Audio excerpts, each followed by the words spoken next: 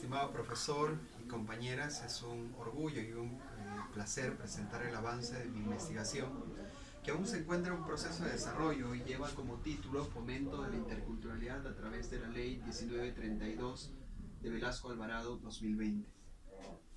En pleno siglo XXI, es decir, en nuestra actualidad, aún existe poca tolerancia y poca flexibilidad para comprender a otras personas con orígenes y expresiones socioculturales diferentes que generan muchas veces marginación, discriminación y racismo. Esto se evidencia muchas veces en los medios de comunicación, en especial los noticieros. Hace poco, un caso que llamó mucho la atención es la muerte de una persona de color en los Estados Unidos que fue detenido y que a los pocos minutos de ser intervenido fue hallado muerto. Esto generaron protestas a nivel nacional, una de las más grandes protestas. Sin embargo, desde siempre en nuestro mundo, en nuestro planeta, existieron varias culturas.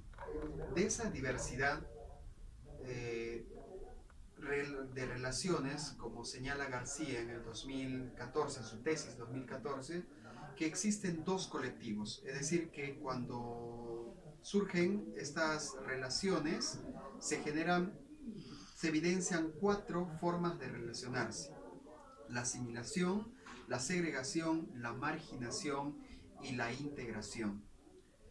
En nuestro país no es ajeno a estas diferencias o a estas diversas culturas que existen. Eh, Eso es posible de ver que desde el inicio, desde todo el ámbito territorial, existen diversidad de culturas. Y nuestra propuesta o nuestra pregunta ante este tipo de situaciones es cómo, cómo se fomentó la interculturalidad a través de la Ley 1932 de Velasco Alvarado 2020. En el análisis documentario de esta ley encontramos que existe un intento por revertir las brechas sociales existentes desde mucho tiempo anterior, estas diferencias. ¿De qué manera? Con la promulgación de esta ley en el año 72, se propone una reforma en la educación que lleva consigo el enfoque intercultural, a pesar que el término de interculturalidad no se utilizaba. Hagamos un pequeño paréntesis para saber la historia, un poco el proceso histórico de la interculturalidad.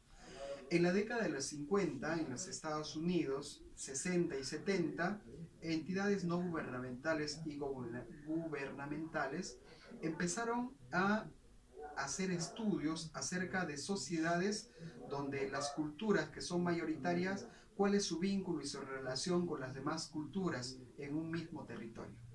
De esto se encontraron diferentes formas de apreciación y muchas veces la marginación o la segregación y la poca asimilación que existían en ellas.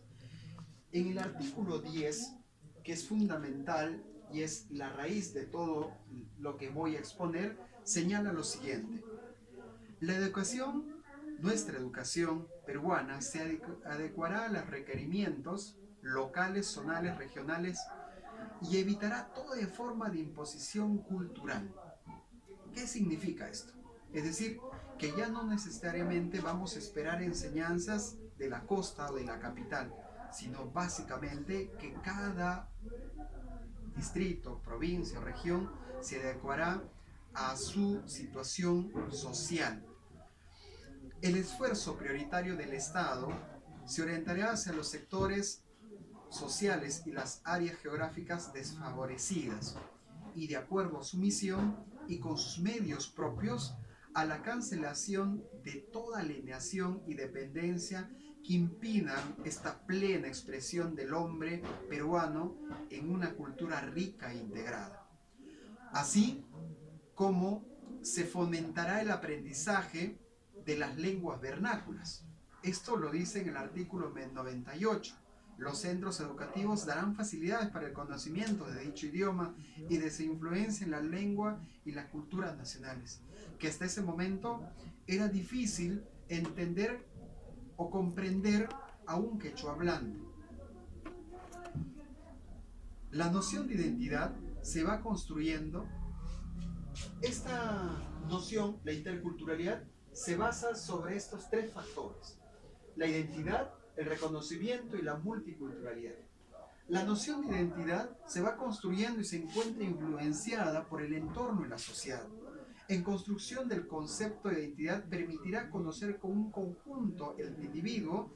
Yo tengo un conjunto de rasgos propios que me diferencian a los demás. De la misma manera, yo pertenezco a un ambiente cultural que tengo como los demás, pero serán diferentes. Y lo que propone esta noción de identidad es, si yo me reconozco como tal, es decir, que yo me reconozco con nombre, apellido, lugar, con un idioma, con una forma de construir, también los demás van a tener. Entonces yo voy a poder reconocer al otro como tal.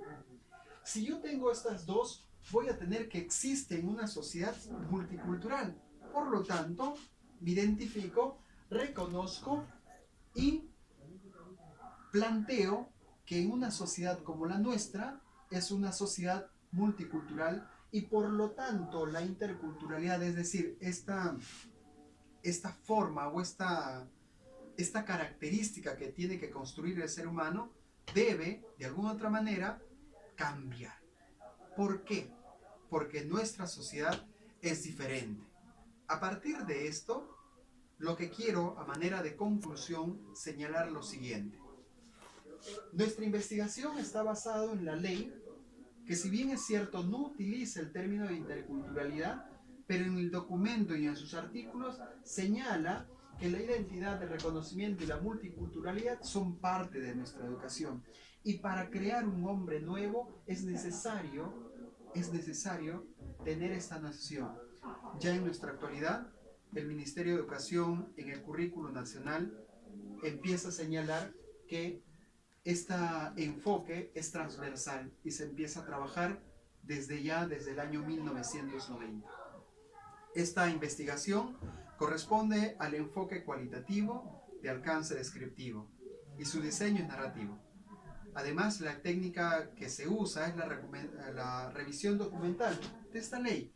La población, al ser una investigación documentaria, serán diversas fuentes bibliográficas que hablan acerca de la interculturalidad, pero principalmente será la ley número 1932-6.